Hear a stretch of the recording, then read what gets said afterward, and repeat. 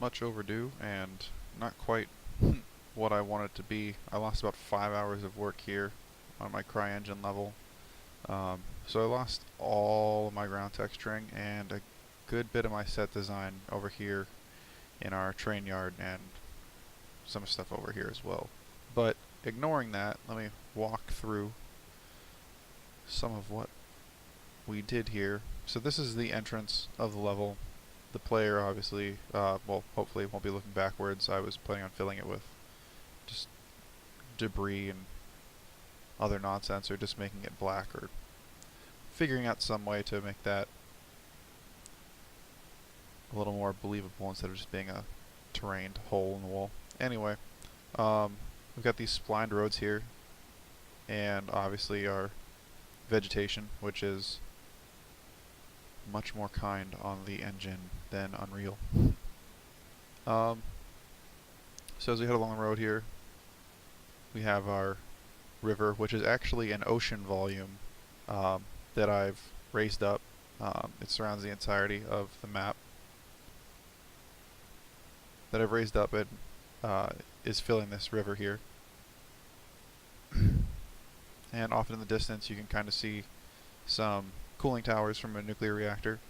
I played around with depth of field and getting a nice blur so that you can see it, but it's not too obvious or in your face. I also spent quite a fair amount of time with the lighting settings to get these nice rays of light coming through without it being overwhelming to the player and just blooming out everything. I see I have some placement error with things loading back in after the crash I had. Got a waterfall and a splined river volume coming over and blending in with our main river over here, and playing around with some voids for animals. So I've got some frogs here at the edge of the river. Most of the other ones, the animals didn't seem to want to behave when it came to navigating around objects, so they were just running through them. So for immersion's sake, I decided to leave them out. And then heading over here, we have a rather large train yard, or roundhouse as it's called. And here we have this weird box. This is a navigation mesh for the AI. I haven't quite figured out how it all works, but to my understanding, the AI are supposed to be bound to this particular area, any that are placed in here anyway, and should navigate the space freely on their own accord.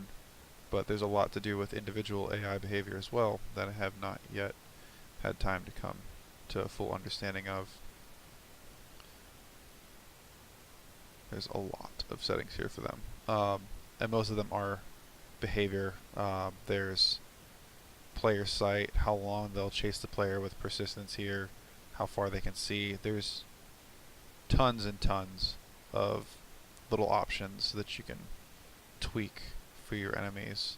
But I did lose a fair amount of set design here. I had multiple trains, cargo trains, all these side rooms in here were completely filled with a lot of different set pieces. There was just random debris, ladders, train car type things that weren't on the cars, but in this engine you could place down the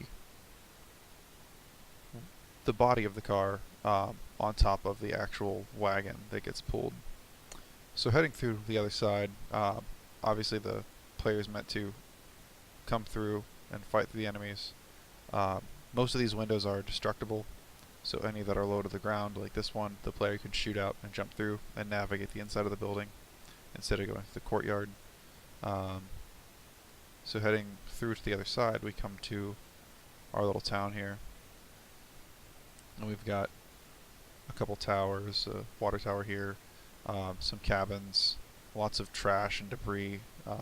The goal was for it to look like it's in disarray, and I think I captured that fairly well.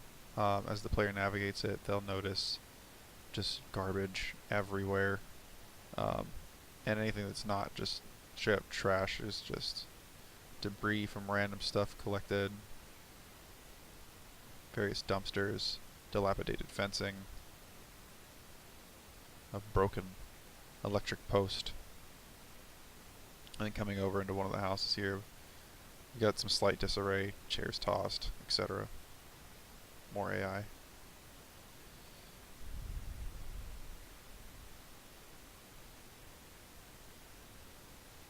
More garbage.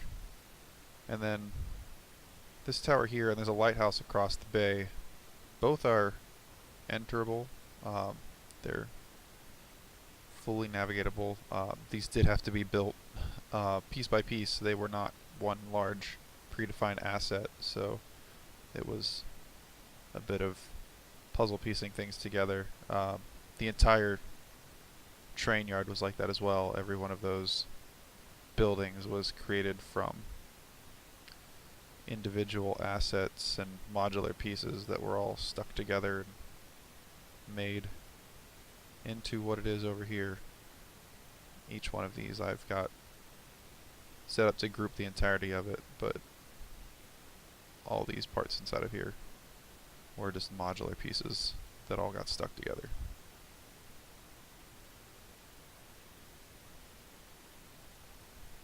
And then heading through the far side of town, we come to this lone little cabin.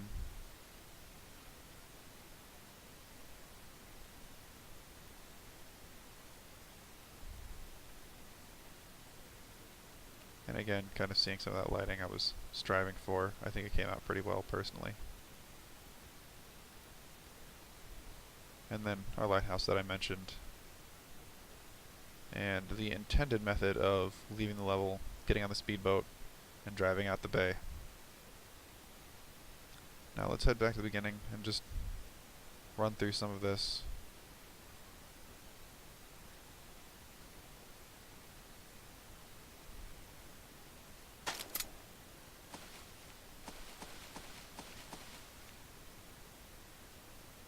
See if I remember how to drive.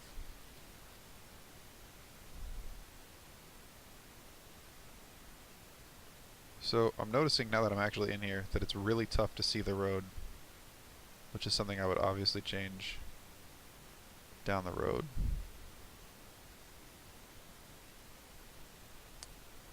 So we'll come on over here, and this should be wide enough. And the player was originally intended to come through over here where the train tracks would have continued, but that's part of what I lost. So heading through, this is something I've encountered before. The AI doesn't seem to want to navigate on its own, but once it sees the player, they do aggro and react afterwards. They do have a radio distance where they will communicate with each other, but I think most of the AI are outside of each other's range.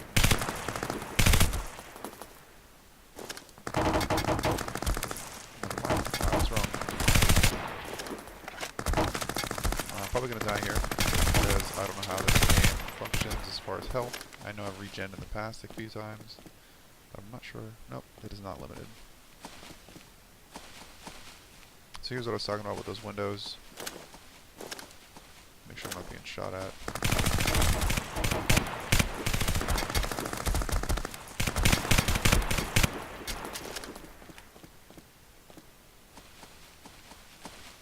So unfortunately these windows cannot be shot out. They are part of this structure by default. But my goodness. I'm gonna die here. Ooh.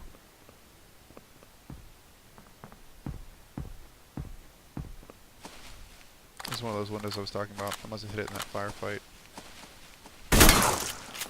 But as you can see, some are destroyable, some are not. And then the player is able to just jump on through. As I mentioned, I lost all of my set design in here. And it's 5 in the morning, so I'm just wrapping it up.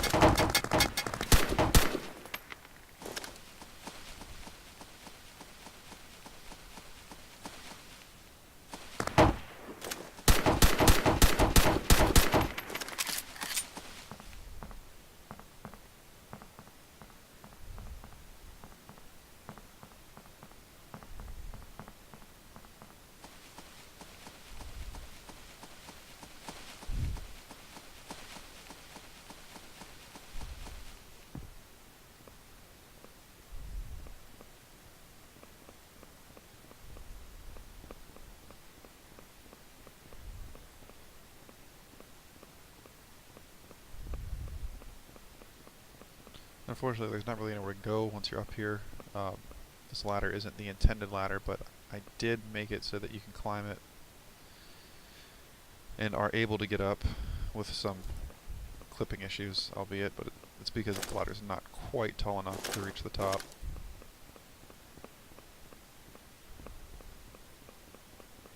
So let's head back down.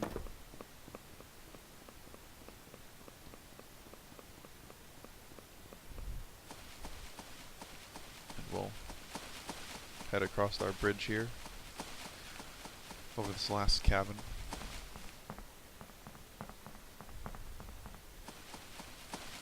We've got a spotlight outside and some other things randomly strewn about, workbench and the water tower specifically for this home.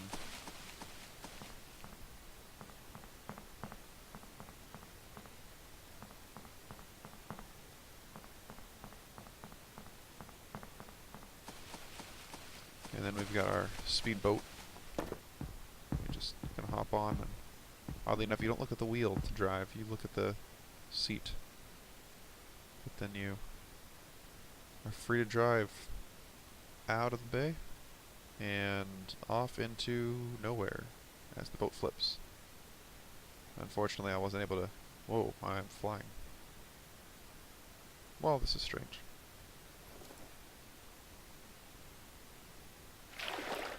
I'm swimming through the sky.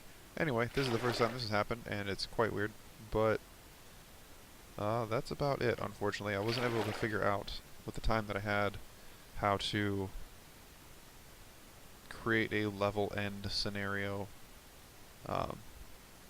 Honestly, I'm surprised I figured out as much as I did. This engine is extremely extensive, and there is an insane amount of tools to utilize. So it was a lot to learn, but I've come to enjoy it quite a lot. It's extremely efficient compared to other engines, and it runs very smooth. Even with all the vegetation, I'm still getting a fair amount of frames, whereas in my experience, having this much vegetation in Unreal would cause my laptop to completely brick. But I guess for now, that is all. I hope to continue this and maybe show off a better level down the road, and maybe create a series of tutorial videos to help any students that might want to work in this. I think it's an extremely rewarding engine, just lacking in learning materials for it. So for now, that is going to be it.